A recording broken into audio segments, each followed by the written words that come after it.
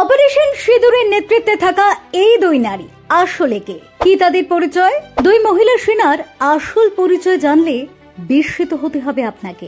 সিঁথিতে সিঁদুর, মেহেন্দি, এও স্ট্রেট চিহ্ন দেখে বেছে বেছে স্বামীদের হত্যা করেছিল পাক মদতপুষ্ট জেহাদিরা। এই নারকীয় হত্যালীলা ক্ষত তৈরি করেছিল দেশের হৃদয়ে। বদলার জ্বালায় জ্বলছিল সমুদ্র হিমাচল।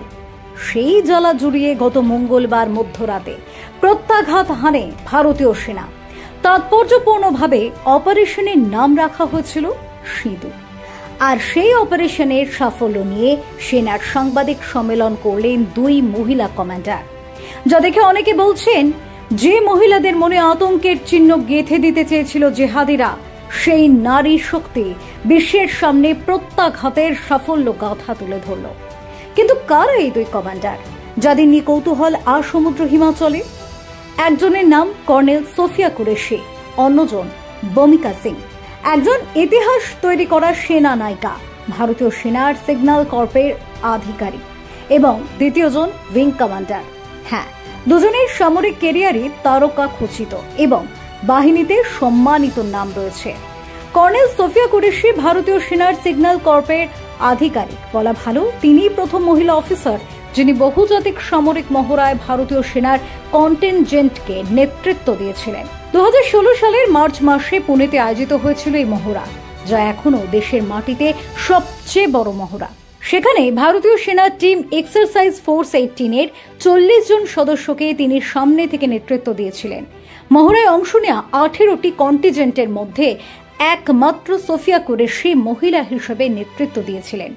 শুধু তাই নয়, টানা 6 বছর রাষ্ট্রসংঘের শান্তিরক্ষা বাহিনীর সদস্য ছিলেন। 2006 থেকে কঙ্গোয় শান্তিরক্ষা বাহিনীর অবজারভার হিসেবে কর্মরত ছিলেন তিনি।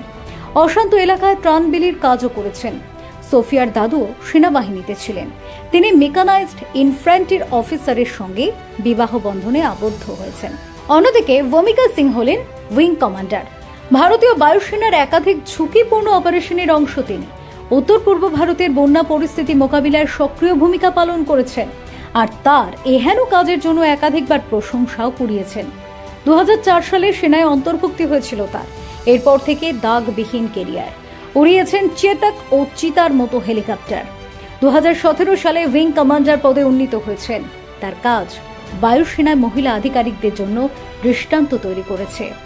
স্কুলে থাকাকালীন ন্যাশনাল ক্যাডেট কোর তথা এনসিসিতে যোগ দেন ভূমিকা। পরবর্তীতে তিনি ইঞ্জিনিয়ারিং পড়েন। জানলে অবাক হবেন, পরিবারের তিনি প্রথম ব্যক্তি যিনি সশস্ত্র বাহিনীতে যোগ দিয়েছিলেন।